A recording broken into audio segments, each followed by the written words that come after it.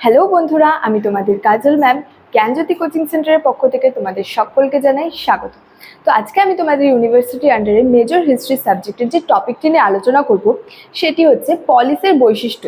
পলিসের বৈশিষ্ট্যগুলি কী কী ছিল আলোচনায় যাওয়ার আগে তোমাদেরকে একটা ছোট্ট ইনফরমেশন দিতে চাই। সেটি হলো, তোমরা যারা আমাদের কোচিং সেন্টারে এখনও যুক্ত হওনি কিংবা যুক্ত হতে চাইছো, তারা উপরে দুটি নাম্বার দেখতে পাচ্ছ, 6295916282 এবং 7076398606। এই দুটি নাম্বারের মধ্যে যে কোনো একটি নাম্বারে যোগাযোগ করে কিন্তু আমাদের সাথে যুক্ত হয়ে যেতে পারো। তো আজকের টপিক সম্পর্কে আলোচনা শুরু করছি। তো আজকের টপিকটি হলো পলিসের বৈশিষ্ট্য, বলতে পলিসের বৈশিষ্ট্য সম্পর্কে আলোচনা করো। এর আগের দিন কিন্তু আমি তোমাদের পলিস বলতে কি বোঝো বা পলিস কি এই সম্পর্কে কিন্তু আলোচনা করেছি। তো আজকে আমি পলিসের বৈশিষ্ট্যগুলি সম্পর্কে আলোচনা করব।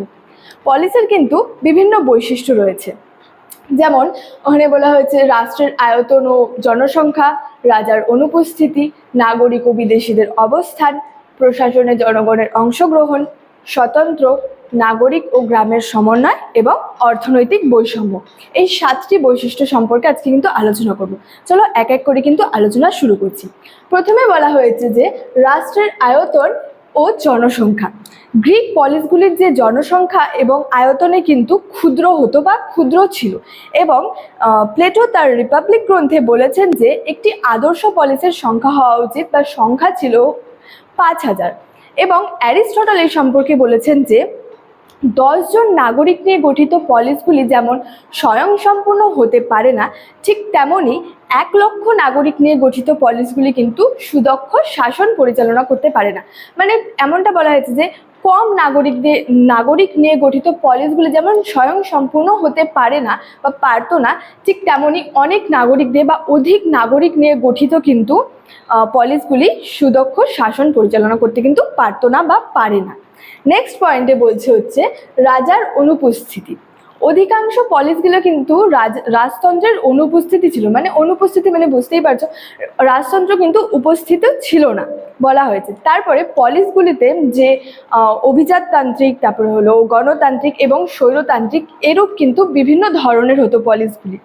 এবং বংশানুক্রমিক যে রাজতন্ত্র থাকলেও নির্দিষ্ট অভিজাতদের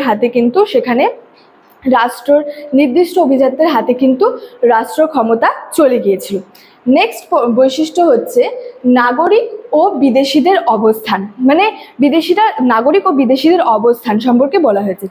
প্রতিটি পলিসে কিন্তু নাগরিক ছাড়াও কিন্তু বিদেশিরা অবস্থান করতো বা বিদেশিরা কিন্তু বসবাস করত।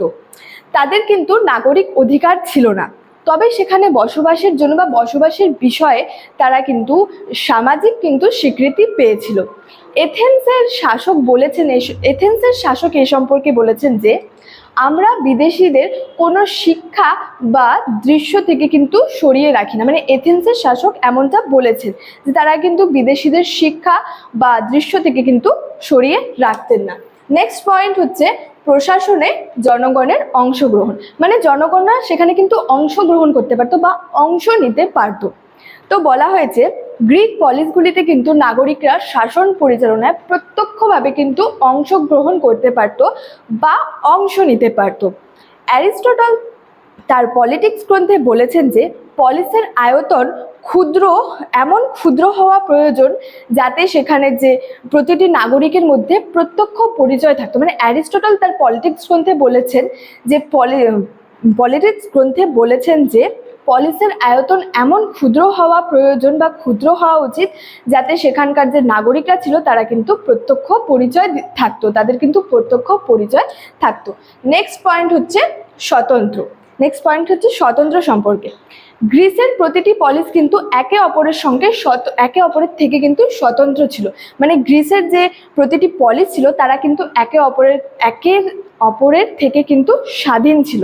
তারপর বলা হয়েছে প্রতিটি পলিসের কিন্তু নিজস্ব সেনাবাহিনী, সরকার এবং কিন্তু ক্যালেন্ডার থাকতো, এবং পলিসগুলির প্রতিটি পৃথক মুদ্রা ব্যবস্থা আর সেখানে মানচিত্র ছিল বলে কিন্তু অনুমান করা হয়। এবং কোনো কোনো ক্ষেত্রে বলা হয়েছে যে পলিসগুলিতে ছিল তাদের কিন্তু পূজা পদ্ধতি কিন্তু বা পূজার যে পদ্ধতি ছিল সেগুলি কিন্তু পৃথক হতো। তারপরের পয়েন্টে বলা হয়েছে বা তারপরের বৈশিষ্ট্যটি হলো নগর ও গ্রামের সমন্বয়। এখানে বলা হয়েছে গ্রিক নগর রাষ্ট্র বলতে শুধু রাষ্ট্র জুড়ে নগরের অবস্থানকে বোঝায় না। প্রাচীন গ্রিসে যেমন এথেন্সের মতো উন্নত নগর রাষ্ট্র ছিল, তেমনই অনেক নগর রাষ্ট্র ছিল যা কিনা আদৌ নগর ছিল না। মানে এরকম অনেক নগর রাষ্ট্র ছিল যা কিনা আদৌ নগর ছিল না, এমনটা কিন্তু বলা হয়েছে।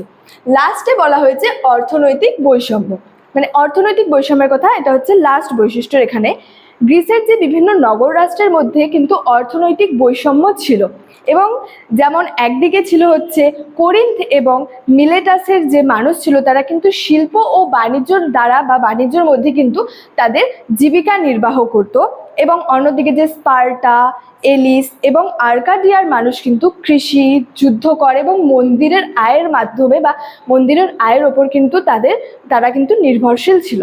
তো স্টুডেন্ট, আজকে ছিল এই পলিসের বৈশিষ্ট্য সম্পর্কে, এই 7টি বৈশিষ্ট্য সম্পর্কে আলোচনা করলাম। আশা করি তোমাদের ভিডিওটি ভালো লেগেছে। ভিডিওটি ভালো লাগলে অবশ্যই কিন্তু লাইক, কমেন্টস করবে এবং ভিডিওটি বন্ধুদের সাথে কিন্তু শেয়ার করে দিবে। তো দেখা হচ্ছে তোমাদের সাথে অন্য কোনো একটি ভিডিওতে। ততক্ষণের জন্য ভালো থেকো, সুস্থ থেকো।